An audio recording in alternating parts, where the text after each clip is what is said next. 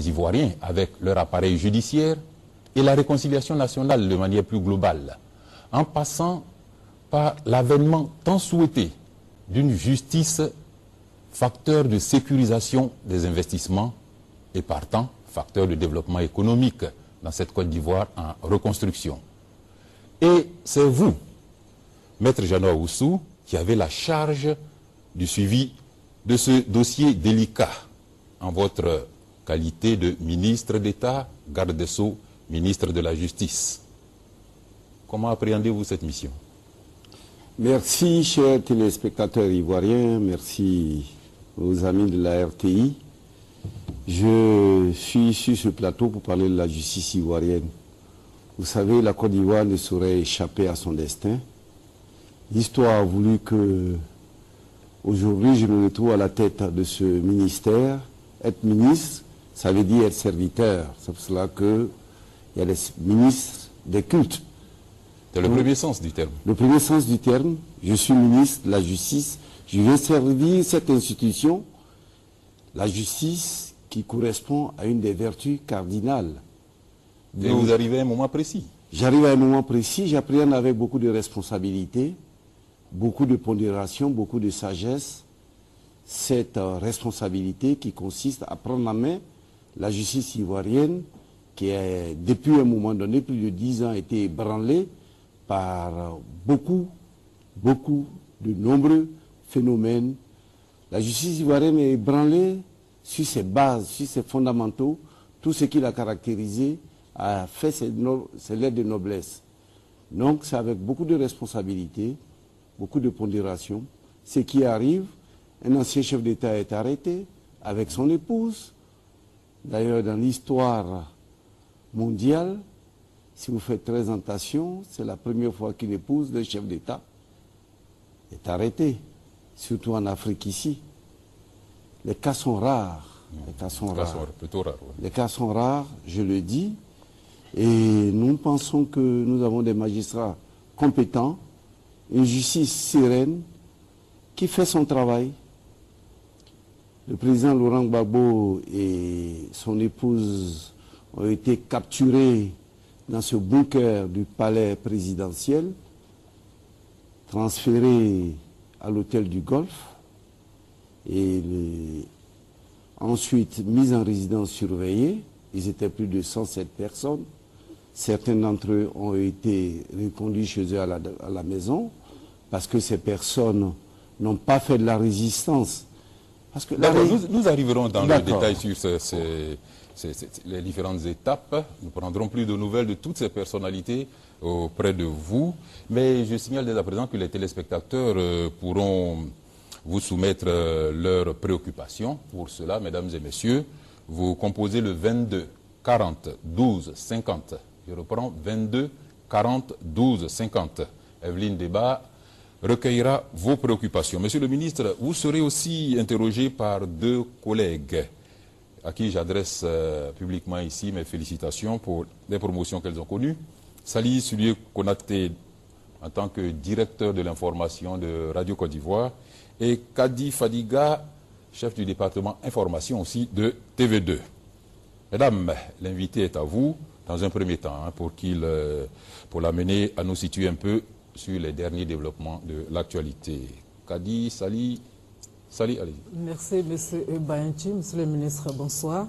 Bonsoir. Alors, tout de suite, ma question va dans le sens de la délégation qui séjourne, la délégation de la CPI qui séjourne depuis le début de semaine, c'est-à-dire lundi, en Côte d'Ivoire. Dites-nous quel est exactement l'objet de cette mission en Côte d'Ivoire. Merci. En 1998, la Côte d'Ivoire a signé le traité de Rome, c'est-à-dire la charte fondatrice de la Cour pénale internationale. Cette charte devait être ratifiée en 1999, mais les événements sociopolitiques ont empêché la ratification. Mais néanmoins, étant signataire, étant, je dirais, fondateur de la Cour pénale internationale, la Côte d'Ivoire, il y a des accords, des articles qui permettent aux pays signataires d'utiliser cette Cour pénale internationale. Pourquoi la Cour pénale internationale en Côte d'Ivoire? Il y a eu des crimes de sang. Des crimes de sang prévus par notre code pénal. Il y a eu des crimes contre la population civile, des crimes de génocide, des viols, de nombreux viols. Je peux vous dire, il y a eu plus de 500 cas de viols de femmes ici, en Côte d'Ivoire, des meurtres, des assassinats.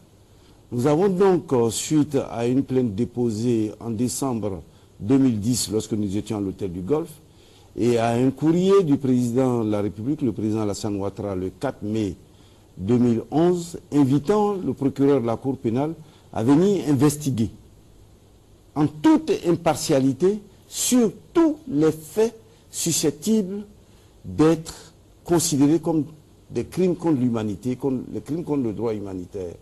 Voici ce qui explique la présence du procureur Fatou Bensouda ici.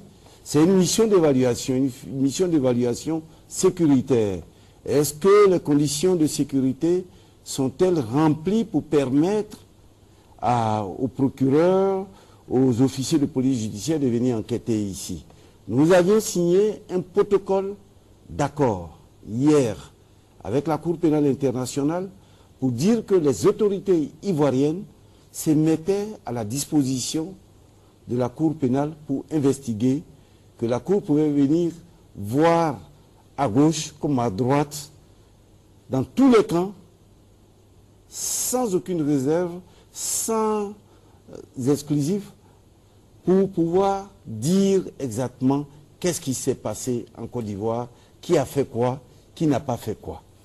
Elle est donc, le procureur adjoint est donc venu pour investiguer, parce qu'on a entendu, on a lu à certains endroits qu'elle est venue chercher les conditions pour aller demander une autorisation de venir investiguer.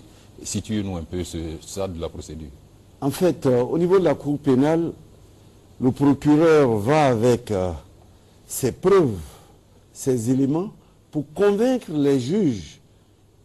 Parce que les juges sont indépendants du procureur. Parce que les juges du siège, c'est eux qui poursuivent. Le procureur, c'est tout l'instinct de poursuite, comment prendre les personnes qui ont commis des crimes. Donc il faut demander cette autorisation auprès des juges.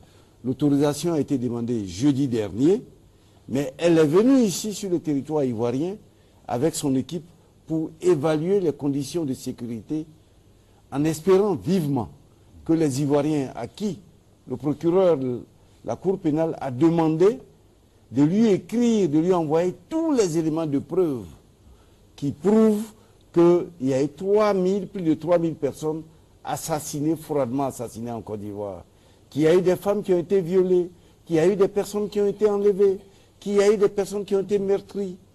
Monsieur le ministre, déjà vous avez parlé de sécurité, de conditions sécuritaires. Est-ce à dire que si ces conditions ne sont pas remplies, la CPI ne peut pas faire son travail? Veut dire que votre affaire ne nous intéresse pas, non? Mais je ne peux pas affirmer cela à brûle pour point.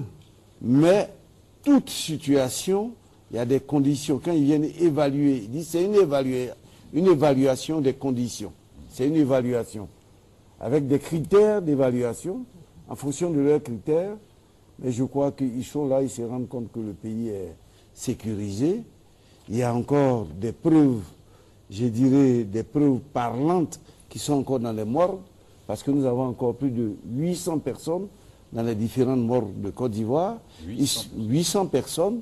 Et ils sont venus là avec des médecins légistes qui vont rentrer dans les morgues. Avec le professeur Hélène qui a déjà fait plus de 400 autopsies pour déterminer les causes pourquoi ces personnes ont été tuées, pourquoi ces personnes sont mortes. Monsieur le ministre, après la signature de convention de cette coopération judiciaire, on a entendu Fatou Bensouda souligner que la CPI vient soutenir les efforts ou actions déjà menées par les autorités ivoiriennes et que de cette façon, il sera mis fin à l'impunité. Est-ce à dire que la CPI n'a pas les mains libres ou plutôt vous travaillez en complémentarité? En fait, la CPI vient en complément des juridictions nationales parce que le procureur de la République de Côte d'Ivoire, à qui nous avons donné des instructions pour investiguer sur tous les éléments, tout ce qui s'est passé, a commencé son enquête sur certains types de crimes et de délits. Mais tout ce qui est crime contre l'humanité, dès lors la Côte d'Ivoire a signé en 1998 le traité de Rome, cela veut dire que nous avons accepté de confier cet aspect des crimes à la CPI. Donc la CPI vient en appoint des tribunaux, des juridictions ivoiriennes. Voici ce qui va se passer en Côte d'Ivoire. Et pourquoi les poursuites judiciaires concernent seulement la crise post-électorale? Pourquoi pas avant? Mais nous sommes partis du 4 décembre parce que la légitimité, la légalité du président Alassane Ouattara, il la tire à partir des élections qui ont eu lieu le 28 novembre 2010 et c'est le 4 décembre qu'il a été officiellement proclamé président de la République de Côte d'Ivoire, qu'il a pris en main. Si celui qui était là n'a pas cru utile d'appeler la Cour pénale, parce que je souligne qu'en mars 2003, le président Laurent Gbagbo avait demandé à la Cour pénale de venir enquêter ici en Côte d'Ivoire. Le procureur Moreno Ocampo a demandé à venir ici 5 fois, mais on ne l'a pas autorisé à venir. Non, comprenons mieux. Vous dites que le président Gbagbo a fait la demande. Il a fait la demande. Le procureur a dit qu'il veut venir. Oui. Et puis on n'a pas accepté. Oui. Alors, comment on peut expliquer ça? Je vous demande de venir. Posez la question à M. Laurent Gbagbo. Mais moi, je suis ministre du président Alassane Ouattara. Ça fait 2 mois à peine que nous avons l'effectivité du pouvoir, mais nous sommes là. Le président Ouattara a écrit le 4 mai, et le 27 juin, la Cour pénale internationale a envoyé le procureur Fatou Bensouda. Ça veut dire que nous voulons faire dans la transparence, dans la justice, dans l'équité, dans le vrai et la célérité. Alors justement, monsieur le ministre, si je ne m'abuse, la CPI a lancé récemment un appel à audition des victimes et témoins sur un délai de 30 jours. C'est ce que je cru entendre. Est-ce que cet appel est toujours maintenu aujourd'hui que la Côte d'Ivoire ait ratifié le protocole de Rome? C'est ce que vous avez commencé à aborder tout à l'heure en demandant les documents. Oui, c'est ce que je vous explique. En fait, chaque juridiction a sa manière de faire, a sa procédure. Mais le procureur qui a demandé déjà au juge qu'il veut de lui donner l'autorisation pour investiguer ici en Côte d'Ivoire, a lancé l'appel solennel pour demander à toutes les victimes de constituer leur dossier pour que lui, le procureur, aille prouver au juge qu'il y a eu effectivement des crimes en Côte d'Ivoire, qu'il y a eu un génocide en Côte d'Ivoire, qu'il y a eu des femmes qui ont été violées en Côte d'Ivoire, qu'il y a eu des enfants qui ont été tués, atrocement tués en Côte d'Ivoire. C'est ces éléments que le procureur demande aux Ivoiriens de constituer leur dossier. Il ne s'agit pas d'étaler nos sentiments dans les journaux. Il s'agit de monter des dossiers qui parlent en eux-mêmes. Concrètement, comment est-ce qu'on monte ces dossiers? Comment on monte ces dossiers? Et à qui on s'adresse? Il y a des avocats qui sont en Côte d'Ivoire, c'est leur métier, je ne plaide pas pour eux, je ne fais pas de la publicité pour eux, mais qui s'adressent à des avocats. Et je précise qu'il y a un comité social du RHDP avec le professeur Guy Kaoué qui ont recensé et identifié des personnes. Plus de 1289 personnes bien identifiées.